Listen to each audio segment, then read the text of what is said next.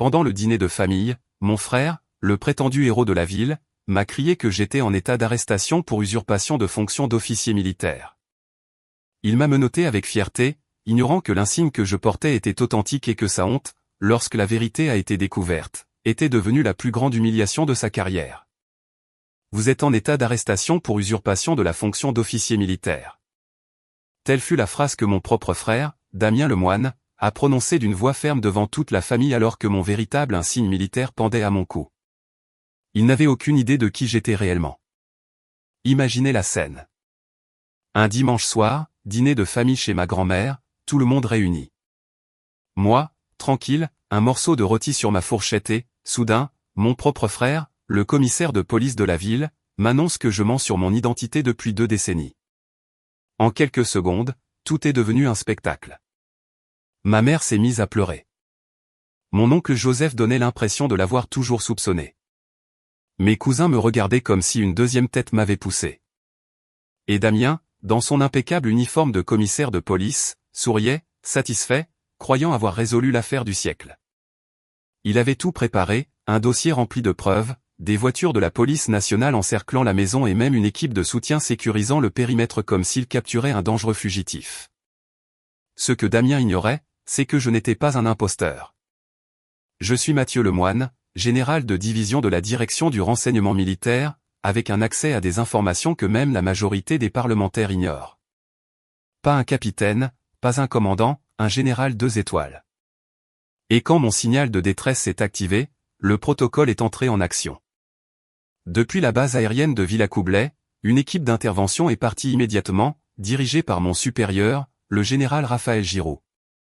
Voir le visage de mon frère lorsque ce véhicule banalisé s'est arrêté devant la maison et que Giraud en est descendu dans son impeccable uniforme de cérémonie, fut quelque chose que je n'oublierai jamais. Il a marché entre les policiers locaux, s'est arrêté devant moi et, avec une solennité totale, m'a salué d'un « mon général ». Le silence fut total. Toutes les personnes présentes sont restées paralysées.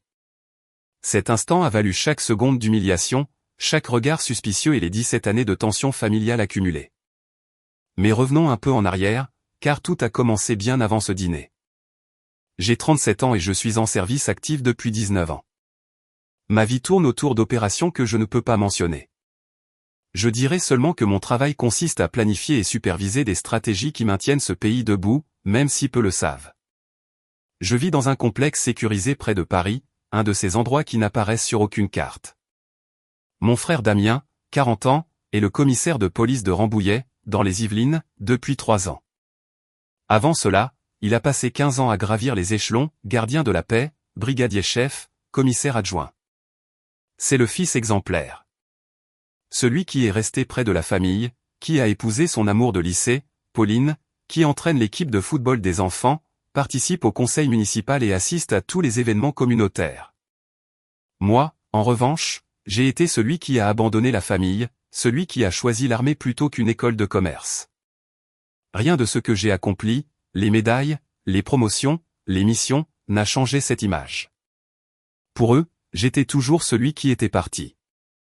Notre relation a toujours été difficile. Papa nous définissait de manières opposées. J'étais le stratège et Damien le rock. Il ne supportait pas que quelqu'un dise que j'étais plus brillant dans un domaine. Quand j'étais récompensé pour mes bonnes notes, il insistait sur le fait que les notes n'avaient pas d'importance. Quand j'ai obtenu une bourse, il répétait que l'expérience valait plus que les livrets. Quand j'ai été promu dans l'armée, il se moquait en disant que je ne faisais que suivre des ordres tandis que lui prenait de vraies décisions en tant que policier. Papa nous a aimés tous les deux, mais les comparaisons constantes ont laissé des traces profondes. Quand il est mort, la distance est devenue définitive. J'ai voyagé avec une permission spéciale. Je suis arrivé à l'enterrement en uniforme. Je suis resté quelques heures et je suis parti avant l'aube. Maman m'a fait comprendre que ma présence était plus une gêne qu'un réconfort. Depuis ce jour, nous n'avons eu que très peu de contact jusqu'à ce que la lettre arrive. C'était un mardi, 15h15.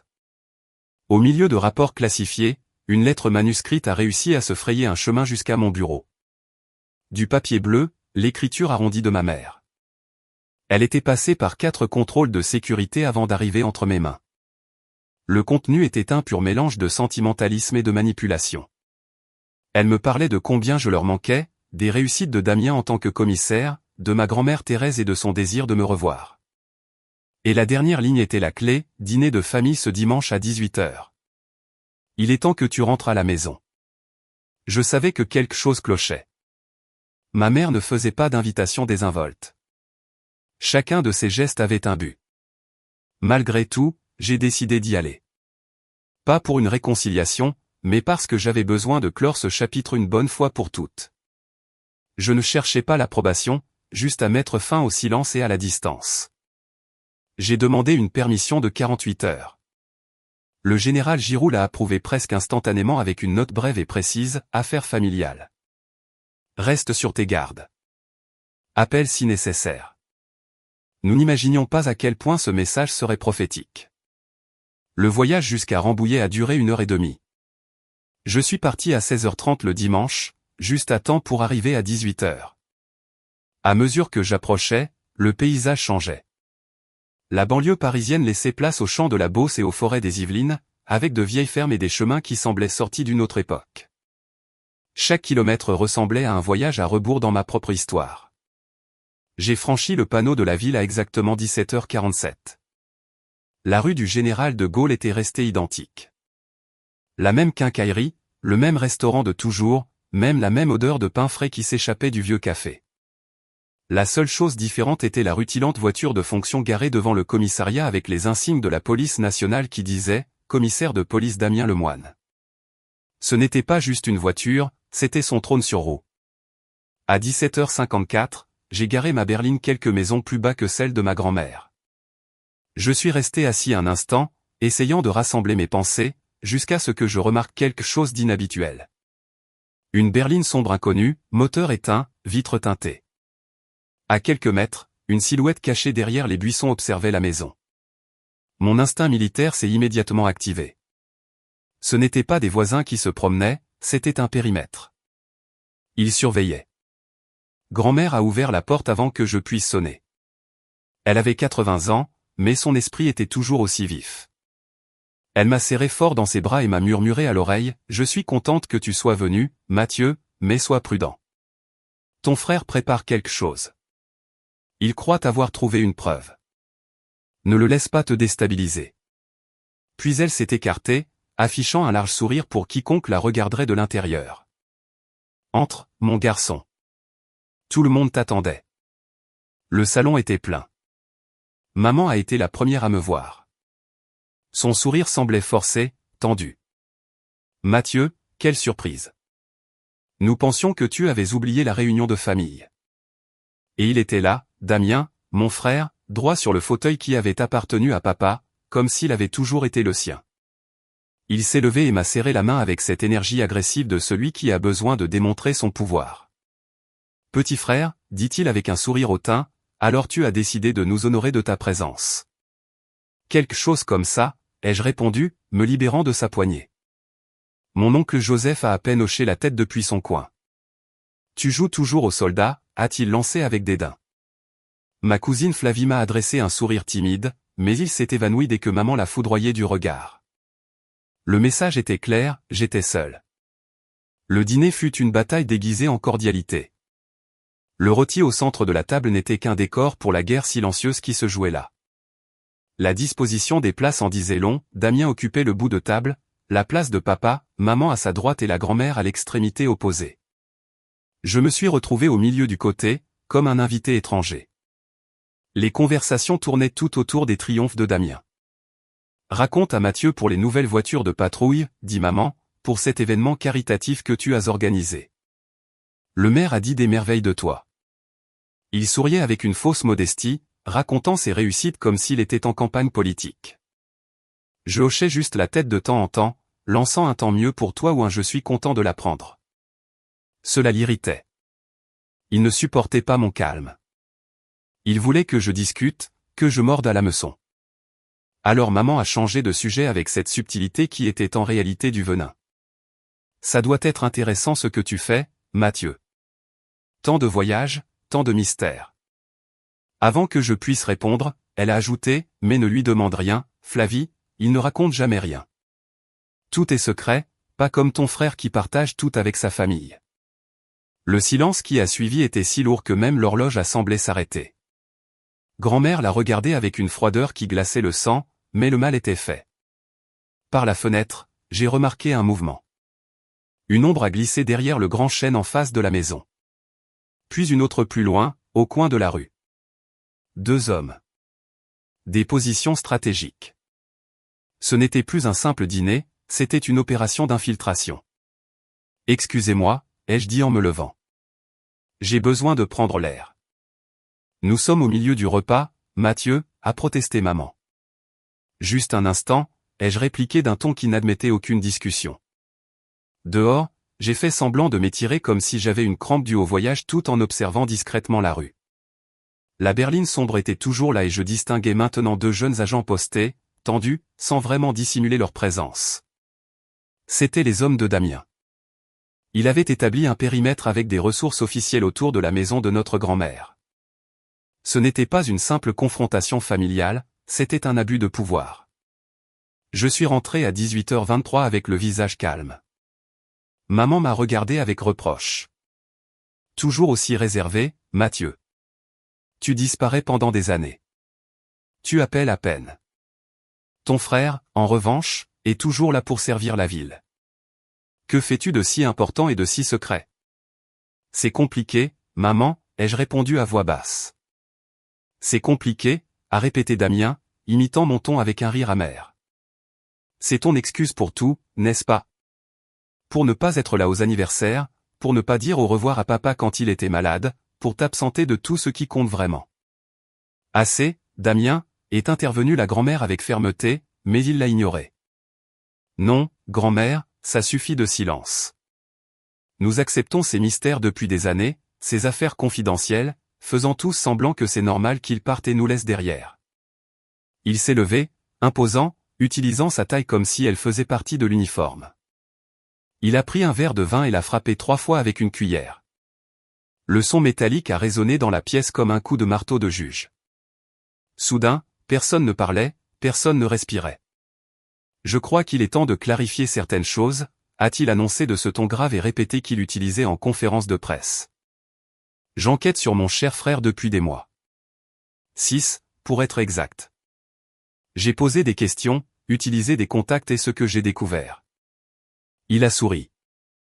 Eh bien, c'est quelque chose que tout le monde devrait entendre.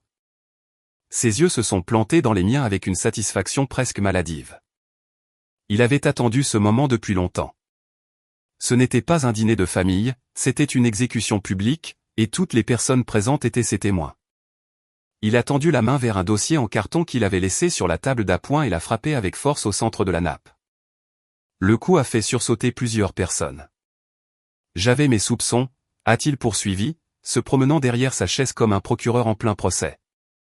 Mon frère, le militaire, l'homme des missions secrètes. Tout cela est très admirable, mais sans promotion, sans reconnaissance, sans preuve tangible. Alors, comme tout frère inquiet, j'ai engagé un détective privé. Un murmure a parcouru la table. Maman a porté la main à sa bouche. Un très bon, d'ailleurs, a ajouté Damien, ouvrant le dossier avec théâtralité. L'affaire a commencé, selon ce que raconterait plus tard Damien Lemoine, lorsqu'un détective privé nommé Godot lui a remis un dossier contenant de prétendues preuves. Il affirmait l'avoir envoyé à Paris pour enquêter sur ma vie comme si j'étais un suspect dans un complot secret. Il disait que ce qu'il avait trouvé était là, parfaitement documenté.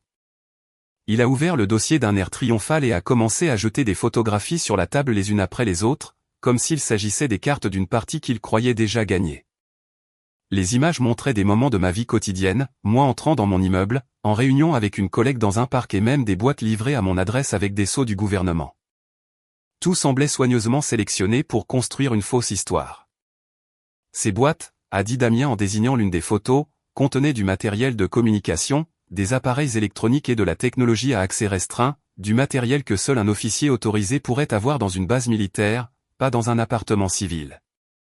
Son ton était celui d'un homme qui se sait observer, savourant chaque mot. Puis il a sorti plusieurs documents et les a étalés sur la nappe familiale. Et voici le meilleur, a-t-il ajouté avec un sourire à peine dissimulé. Mon enquêteur a obtenu des copies de dossiers financiers, de messages cryptés et même des résumés de missions provenant de l'appartement de Mathieu. Il a soulevé une feuille avec théâtralité. La majeure partie était couverte d'épaisses bandes noires, mais dans l'entête on pouvait lire une mention qui a provoqué un murmure à table, confidentiel défense. J'ai vérifié son dossier militaire, a-t-il continué. J'ai utilisé des canaux non officiels, bien sûr. L'armée n'a aucune trace d'un capitaine Mathieu Lemoine affecté au renseignement avancé. Il existe un dossier de base, mais ensuite tout s'évanouit, comme si quelqu'un avait fabriqué une identité complète à partir de rien. Il s'est penché en avant, posant ses deux mains sur la table, regardant un par un les convives. Vous voyez ce que je veux dire? Mon frère n'est ni un héros ni un agent infiltré. C'est un imposteur qui a utilisé son passé militaire pour s'approprier de la technologie gouvernementale. Il la vend probablement au marché noir. Il a vécu une imposture construite sur des mensonges et un faux mérite. Le silence est tombé comme une chape de plomb. Je pouvais entendre le léger tic-tac de l'horloge murale. Damien souriait, convaincu que la scène était sous son contrôle. C'est fini, Mathieu, a-t-il dit d'une voix assurée. Je sais qui tu es vraiment. Pendant quelques secondes, personne n'a respiré. J'ai vu ma mère baisser les yeux, mon oncle Joseph secouer la tête et certains cousins échanger des regards dubitatifs. C'était incroyable que toute une vie puisse s'effondrer en quelques minutes à cause d'un mensonge bien présenté. Personne ne s'est arrêté pour penser à l'absurdité de ces accusations. Personne n'a remis en question comment un commissaire de police local avait pu accéder à des informations classifiées. L'éclat de l'uniforme et l'assurance de sa voix ont suffi à les convaincre. Puis, d'un ton grave, il a annoncé, en tant que plus haute autorité de police de ce département, j'ai le devoir d'agir. Il a commencé à marcher lentement autour de la table. Le son de ses pas résonnait sur le parquet. Mon cousin, qui était assis à côté de moi, s'est discrètement écarté, poussant sa chaise en arrière. Mathieu Lemoine, a déclaré Damien, vous êtes en état d'arrestation pour usurpation de la fonction d'officier militaire et détournement de matériel de l'État. L'air est devenu lourd. Il s'est placé derrière moi. Je n'ai opposé aucune résistance lorsqu'il a pris mon bras gauche et l'a tordu brusquement. Le froid du métal a effleuré ma peau. As-tu quelque chose à dire pour ta défense, a-t-il murmuré près de mon oreille, sa voix chargée de supériorité. J'ai à peine tourné la tête. Es-tu sûr d'avoir l'autorité pour le faire, Damien? Son expression a changé. Un instant, il a hésité. Que as-tu dit? Je dis que ce sont des crimes qui relèvent du code pénal et, selon toi, commis par un membre de l'armée. Cela relève de la justice militaire, pas de ton commissariat. Tu n'as aucune compétence en la matière, commissaire. Le silence est revenu. J'ai vu une lueur d'incertitude sur son visage, mais elle fut éphémère. L'arrogance l'a aussitôt dévoré. Ne me donne pas de leçons de droit, imposteur. Dans le monde réel, c'est moi qui commande. Alors, j'ai puisé ma force dans le calme. À ce moment, tandis que la première menotte se refermait sur mon poignet gauche, à 18h47 précise, mes doigts ont effleuré le côté de ma ceinture. Là, caché sous la couture, se trouvait un petit bouton, une balise de détresse personnelle, faisant partie du protocole pour les agents en opération d'infiltration. Je l'ai pressé pendant 3 secondes. Une légère vibration a confirmé que le signal avait été transmis. C'était un appel à l'aide silencieux, crypté, qui voyagerait par satellite directement jusqu'à la base de Villacoublay, à environ 75 km de là. La deuxième menotte a cliqué à 18h48 et j'ai su que le compte à rebours commençait. Le protocole indiquait un temps de réponse estimé entre 12 et 15 minutes. Cela signifiait que, pendant qu'il savourait son spectacle devant la famille, un réseau d'alerte s'était déjà activé et arriverait bientôt à cette maison. Damien m'a forcé à me lever et m'a poussé vers la porte. Allons-y, a-t-il dit froidement. Tu auras tout le temps de réfléchir à tes mensonges depuis une cellule. Traverser la maison de ma grand-mère menottée fut une expérience humiliante. Les murs, remplis de portraits de famille, semblaient m'observer aussi. Chaque regard était un jugement, chaque silence, une condamnation. Personne n'a bougé, personne ne m'a défendu. C'était comme si, en un seul geste, j'avais été effacé de l'arbre généalogique. Ma mère se tenait près de la cheminée, les bras croisés, l'expression rigide. Son visage montrait de la déception, mais aussi du soulagement. Elle avait toujours voulu justifier l'idée que j'étais le fils rebelle, celui qui ne cadrait pas.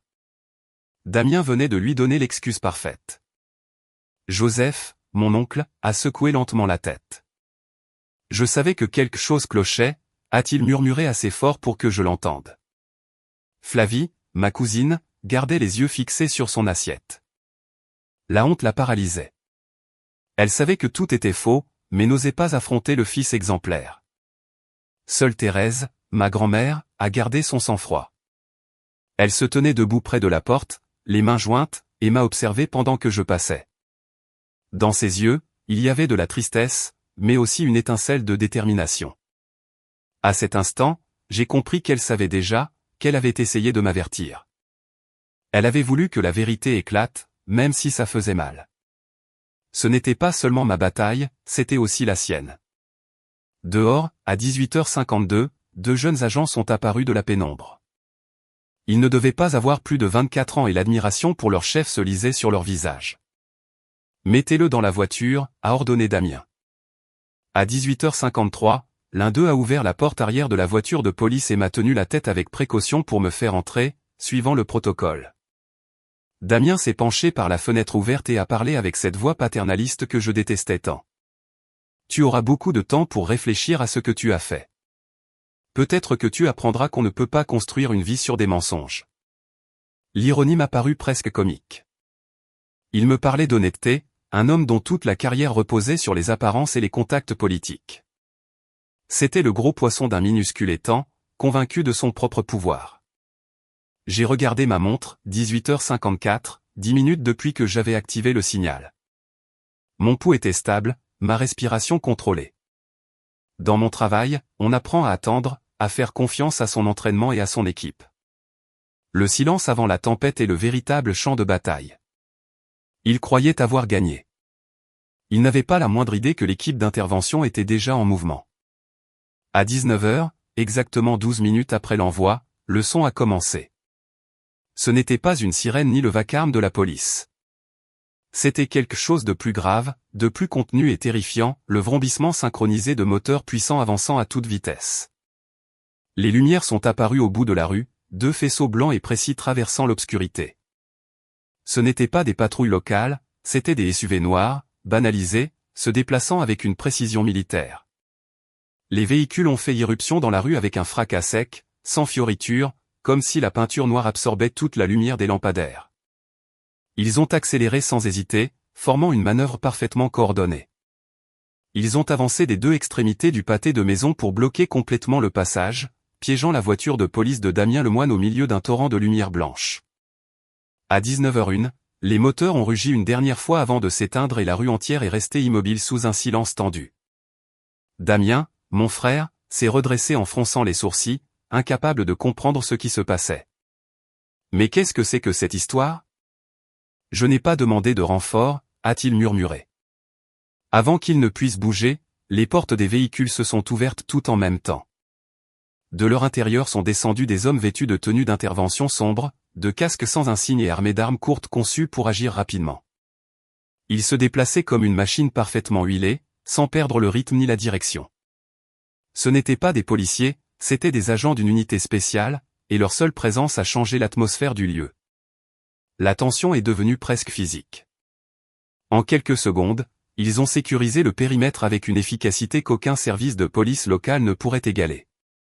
Les deux adjoints de Damien, paralysés, osaient à peine tenir les étuis de leurs armes. Du véhicule principal est descendu un homme en costume, le visage ferme et l'expression imperturbable. Il s'est avancé vers mon frère à pas mesurés, sa voix coupant l'air. « Vous êtes le commissaire Damien Lemoine » a-t-il demandé sans préambule.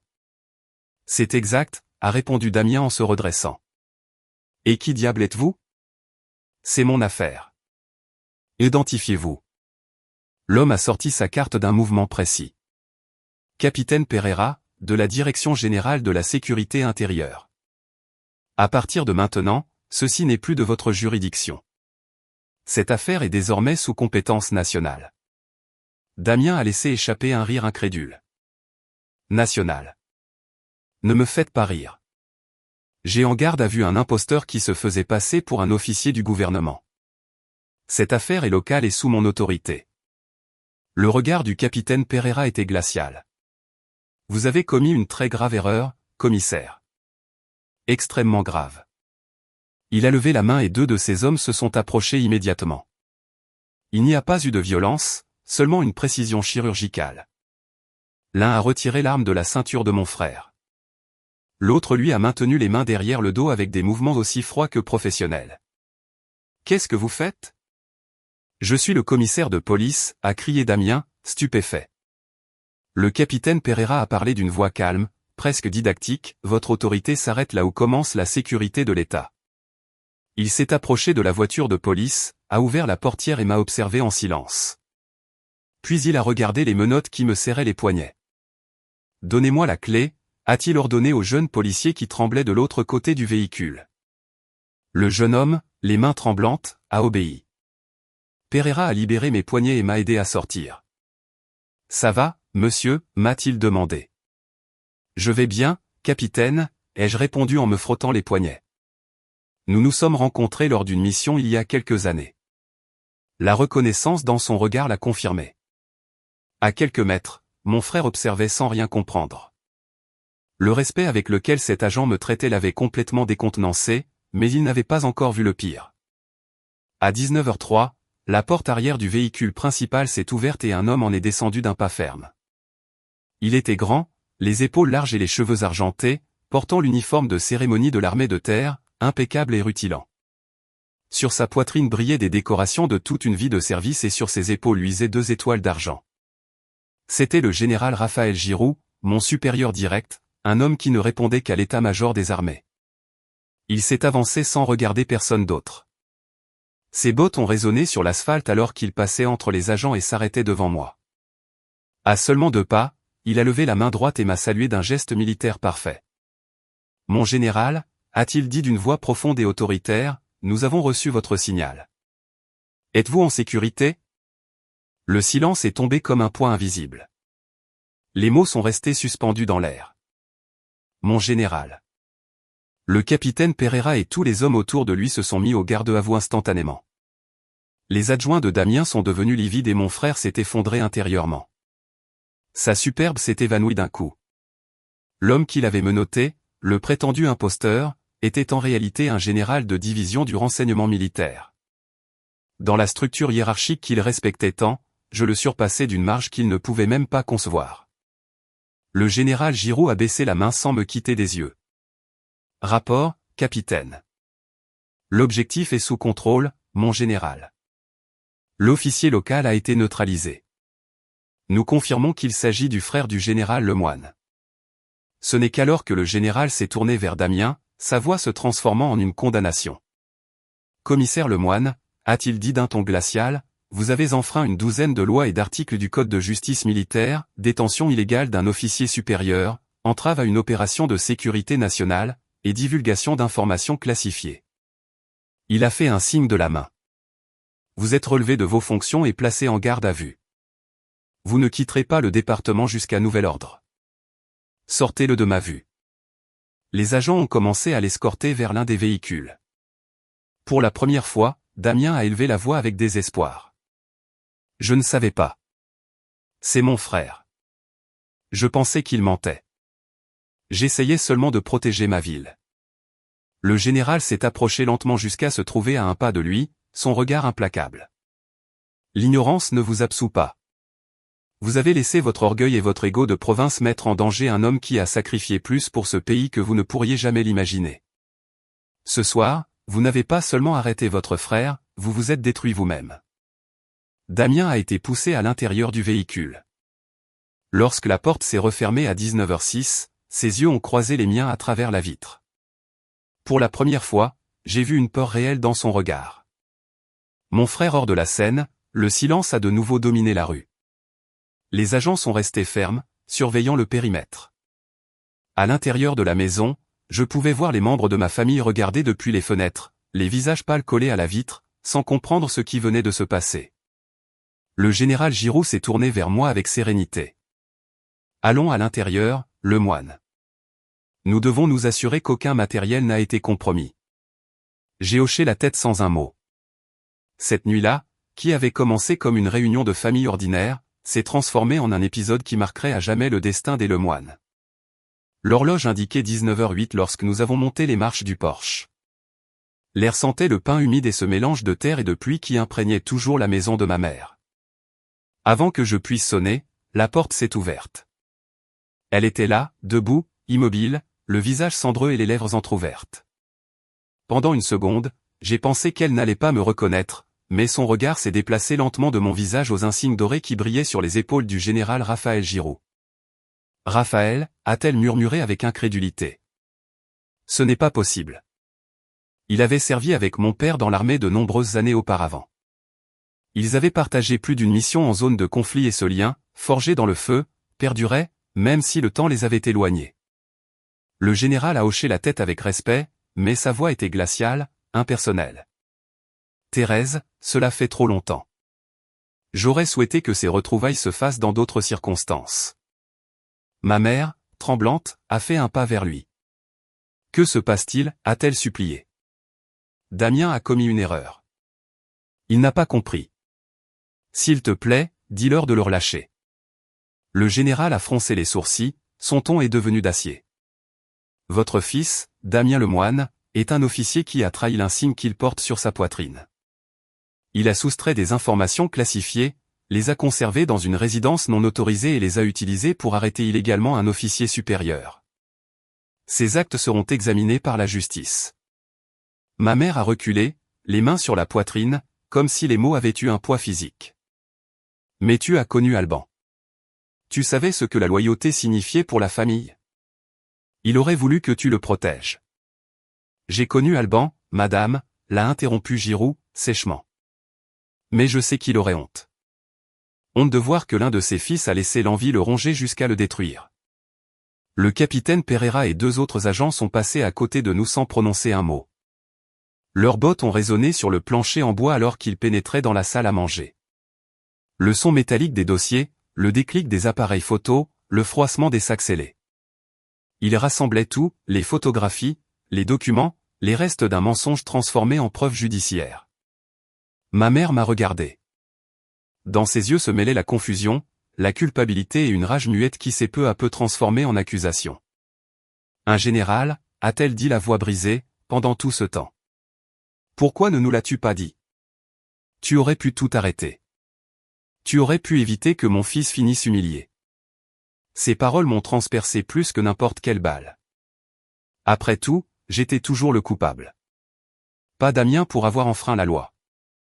Pas elle, pour avoir refusé de voir qui était vraiment son fils.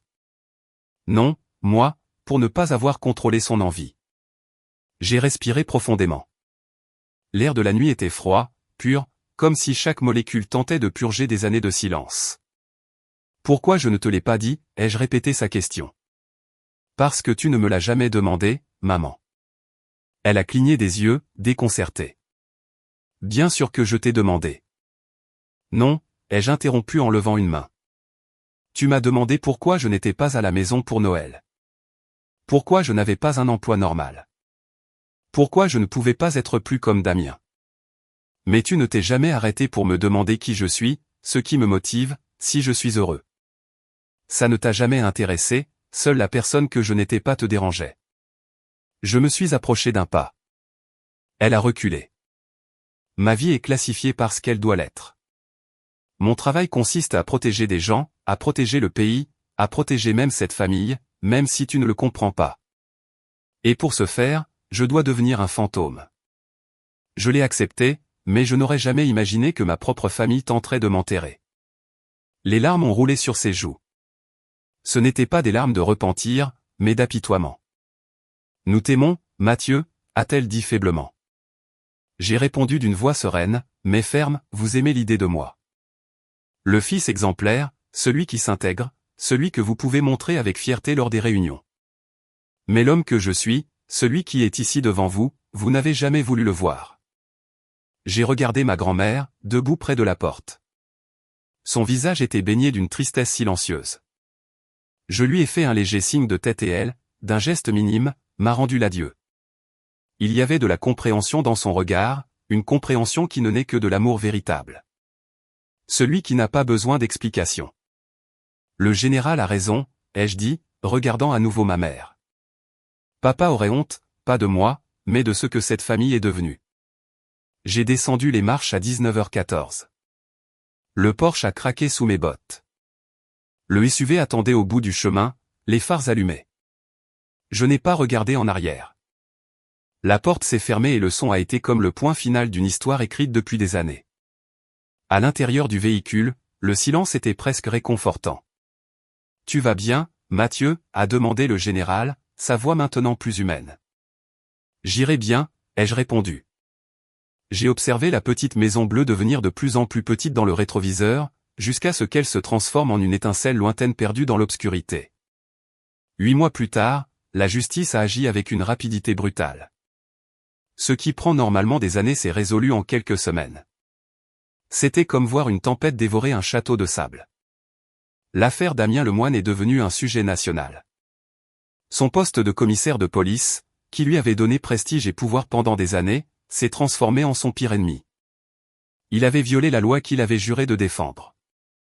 La procureure désignée, Danielle Orsay, était connue pour ne montrer aucune clémence envers les fonctionnaires corrompus. Dès la première audience, elle a clairement indiqué qu'elle comptait utiliser l'affaire comme un exemple. La défense de Damien s'est accrochée à toutes les ressources possibles. Ils ont soutenu que ce n'était rien de plus qu'un malentendu entre frères, une dispute familiale qui avait trop escaladé. Ils ont tenté de transférer l'affaire devant une juridiction locale en invoquant le contexte émotionnel. Le juge a rejeté la demande en moins de 2 jours. Ensuite, ils ont affirmé que Damien avait agi de bonne foi, croyant démasquer un imposteur. Orsay a démonté la théorie avec une précision chirurgicale.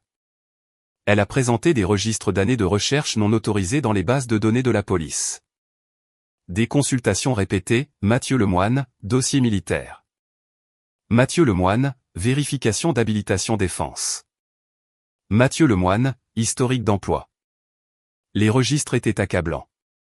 Les dates montraient qu'il m'avait surveillé au moins 2 fois par mois pendant 3 ans. Ce n'était pas de l'inquiétude, c'était de l'obsession. Pour des raisons de sécurité nationale, je n'ai pas témoigné en audience publique. Ma déclaration a été faite lors d'une déposition sous scellé dans une installation militaire. Le général Giroux et 2 avocats du corps juridique des armées étaient présents pour garantir qu'aucune information classifiée ne fuite. Pendant 4 heures, j'ai relaté les faits avec précision, l'invitation à dîner, l'arrestation, les fausses preuves, l'intervention. Sans émotion, sans commentaire personnel. Les faits seuls étaient dévastateurs. Mais le coup de grâce n'est pas venu de moi, ni même du général. Il est venu de Godot, le détective privé que Damien avait engagé. Il s'est avéré qu'il faisait face à ses propres accusations pour manipulation de preuves dans d'autres affaires et le parquet lui a offert un accord, coopération totale en échange d'une réduction de peine. Quand il est monté à la barre le 2e jour du procès, la salle était comble. Des journalistes locaux, des officiers de l'armée, des voisins de Rambouillet qui voulaient assister à la chute de leur héros. Godot avait l'air épuisé, avec des cernes profonds et une chemise froissée. Lorsque la procureure Orsay s'est levée, la tension dans la salle était palpable. « Monsieur Godot », a-t-elle dit calmement, après avoir obtenu les documents et les photographies à la résidence du général Lemoine, « quelle a été votre évaluation professionnelle ?»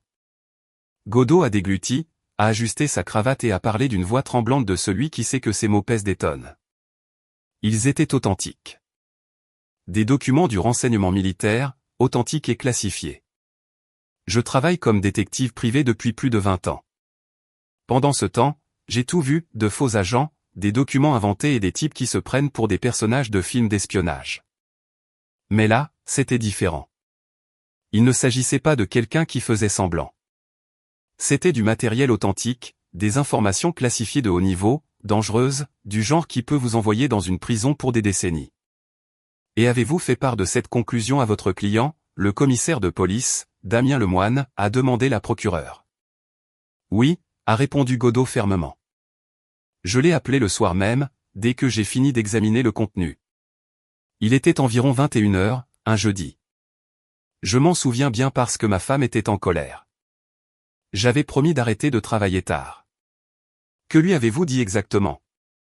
Godot a pris une profonde inspiration avant de répondre. Je lui ai dit, Damien, ce n'est pas ce que tu crois. Ce ne sont pas des faux, ce sont de vrais documents classifiés. Ton frère, Mathieu Lemoine, n'est pas un imposteur. Il est légitime. Tu dois abandonner cette enquête immédiatement. Débarrasse-toi de tout ce que tu as trouvé, brûle les dossiers et fais comme si nous n'avions jamais eu cette conversation. Si tu continues, tu vas détruire ta carrière et peut-être même ta vie. Le silence dans la salle fut absolu. Et quelle a été la réponse du commissaire Lemoine à votre avertissement, a demandé la procureure Danielle Orset. Le visage de Godot s'est crispé comme si le souvenir de ce moment l'irritait encore. Il a ri. Oui, il a littéralement ri de moi. Puis il m'a traité de lâche et a dit que je n'avais pas le courage de faire du vrai travail de police. J'ai noté ce qu'il m'a dit mot pour mot. Je vais être un héros, Godot, m'a-t-il dit. Je vais démasquer la plus grande fraude de l'histoire de ce département.